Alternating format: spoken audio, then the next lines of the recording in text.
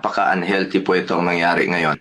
Maring may mga batas at proseso ang ating bansa na nalabag at maring may mga karapatan ng isang mamamayang Pilipino ang naisang tabi.